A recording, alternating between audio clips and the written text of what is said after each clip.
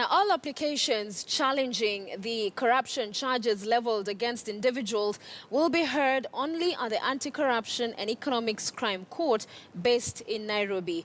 In what is being seen as Chief Justice David Maraga's action plan to speed up corruption cases, he promised that corruption cases will now be handled in under 3 months. KTN's Timothy Otieno has those details.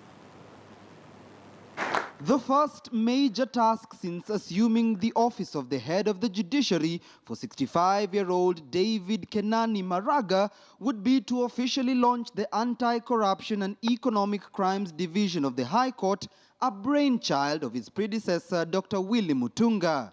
The special division, exclusively formed to handle mega corruption cases in the country, he hopes will be the vehicle to drive his legacy of change that should see convicted corruption suspects land lengthy jail times. Corruption in our country is now pandemic.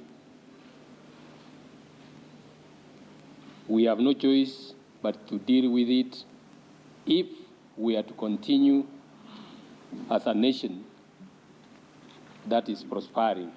In his proposals to the court, a weekly schedule of corruption-related cases will be posted online every Friday, available for the judges and the public. The guidelines also require cases to be limited only to those deserving the attention of the said court, and parties would have to write to the deputy registrar so as to be given the discretion to have the cases heard. Lawyers will be required to send to the Anti-Corruption and Economic Crimes Court soft copies of the case documents using the court's email address to ease efficiency. All corruption cases will be heard and determined within 3 months, and appeals for the same within just a month. According to a Gazette notice published on the same, corruption cases will exceptionally be allowed to exceed that time period if there is substantive reason to extend the allocated time.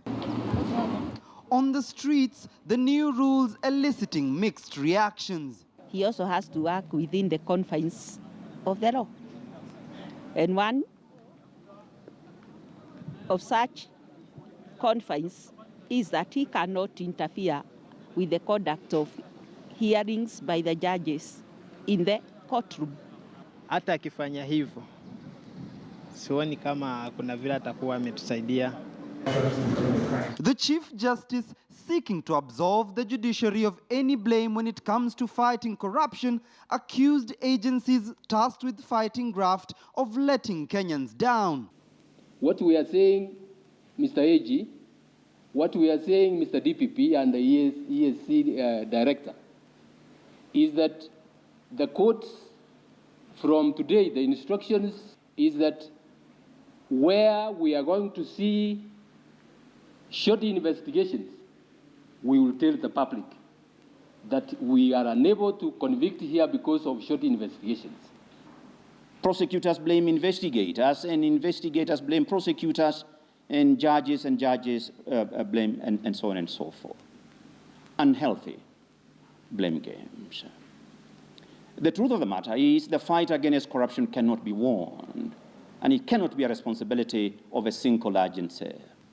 The court, expected to sit only in Nairobi, currently has 10 magistrates and is headed by presiding judge Hedwig Ongudi. The Chief Justice insisting that suspects before the court will not be allowed to miss hearings based on health reasons, except only in dire cases. For the judiciary, Maraga is certainly not the first to attempt to steer the judiciary through several corruption cases. Like his predecessors before him, the message of zero tolerance to corruption was the same. It should no longer be possible to speak about corruption and the judiciary in one breath. But will Maraga manage to slay the dragon of corruption that has seen many others fail before? It's not going to be business as usual from today. With regard to these cases, we want to go on.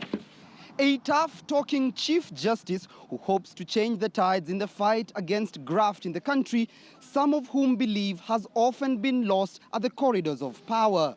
But whether these new measures will inject any meaningful change to that fight remains to be seen, for a judiciary yet to conclude any grand corruption case with any meaningful conviction.